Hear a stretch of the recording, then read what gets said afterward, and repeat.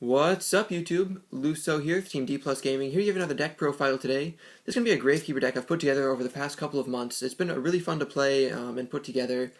And so I have to give a shout out to Kite. He's the one who inspired me to do this. He's been a long time player of the archetype, and I do have to say I really enjoyed this. And just kind of get into it. It's been a really controlling deck. Works well shutting down your opponent's graveyard, and there's a lot of advantages to it. And I think it could be competitive against Elemental Dragons, since that's kind of the standard that everything's being compared to at the moment. I'm just going to get into things. 3 Gravekeeper's Commandant, searches for the field spell. 3 Gravekeeper's Spy. Flip effect, get a special summon a Gravekeeper. 3 Descendant. Tribute a Gravekeeper to destroy a card on the field. 3 Recruiter. When sent from field to graveyard, get to add 1 to hand. So, I mean, again, maintaining field control, giving yourself hand advantage in doing so. Running 2 Gravekeeper's Guard. Most people only run 1, but with what's going on right now in the meta, I like the compulsory effect that he has. So, I mean, plus, with the field spell in defense position, he's at 2400. So, I mean, a lot of things won't get over that with their first attack. And then Gravekeeper's Assailant. He's a fun card. You don't see many cards with this effect. When Necro Valley's on the field, when he declares an attack, you can take and change the battle position of one of your opponent's monsters. And I mean, a lot of monsters have really unbalanced stats in the meta, it seems. And so he really helps you take advantage of that. Then 2 Malefic Stardust Dragon. He's got 2500 attack, which is great, plus he helps protect the field spell. And then 1 Tsukiyomi. That helps you reuse kind of your flip effects in the deck, or on the other side of things, you can help flip down one of your opponent's monsters and take advantage of a low defense stat, so it's really good. You're running 5 flip effects in the main deck, so I mean, it's always helpful to be able to reuse those. Moving on to spells, you have 3 of the field spell, Necro Valley. It really locks down the graveyard, which is great. 2 Royal Tribute. This takes and activate this. You and your opponent both have to discard all monsters from hand to graveyard. None of your opponents will really enjoy that card, so I mean it really puts an end to their hand advantage. And plus you have Gravekeeper's Steel to bring them 2 of your Gravekeeper monsters back to hand. So I mean those 2 in combination can be really deadly for your opponent. And then the only bad part to Royal Tribute is Dark Worlds still get their effect. So, I mean, it really is unfortunate if you happen to play that turn 1 of game 1, you don't know what you're facing. But beyond that, there's really nothing else that hurts you for playing that. 2 Pot of Duality, plus, I mean, you could add an Allure of Darkness just to complete that for draw power. And banishing with Allure of Darkness really doesn't hurt you in this deck because you have so many monsters that you're playing.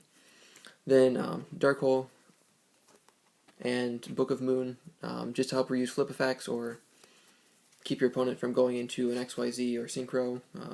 Then you don't run a Monster Reborn in this deck just because you do have the graveyard locked down.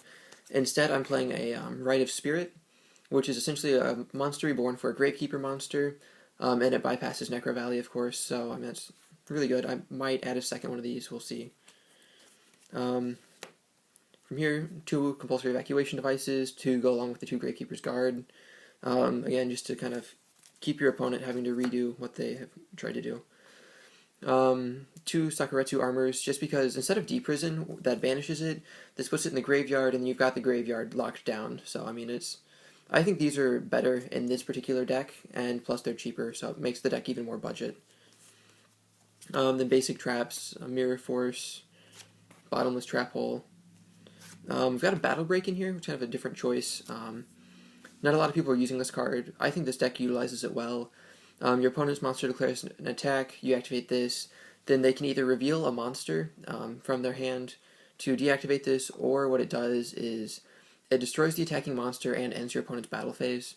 I mean, with Royal Tribute in this deck, a lot of times they don't have extra monsters in their hand to reveal, so I think it works really well here. It gives you an extra turn.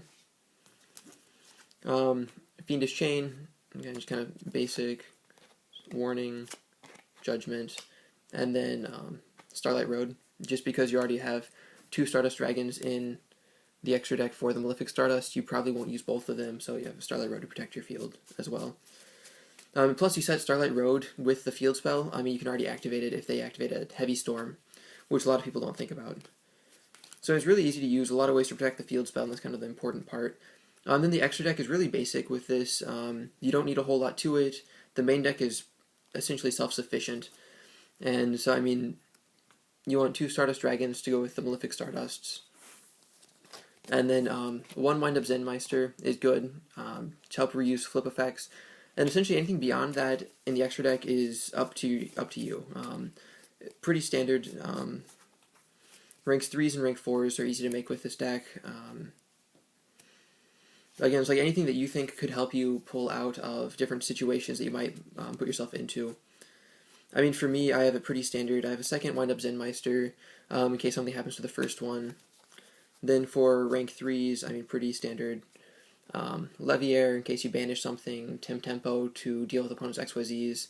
Zen mains if you need to sit on it and stall. And then rank 4s, we've got Utopia, Cowboy, Photon Pappy, and Maestroke. So I mean, again, just all kind of really basic standard things that could go in pretty much any deck. So yeah, this is the Gravekeeper deck as it stands now. Any questions or comments below, please go ahead and feel free to do so. If you like what you see, please subscribe. This is Luso with Team D+ Gaming signing out.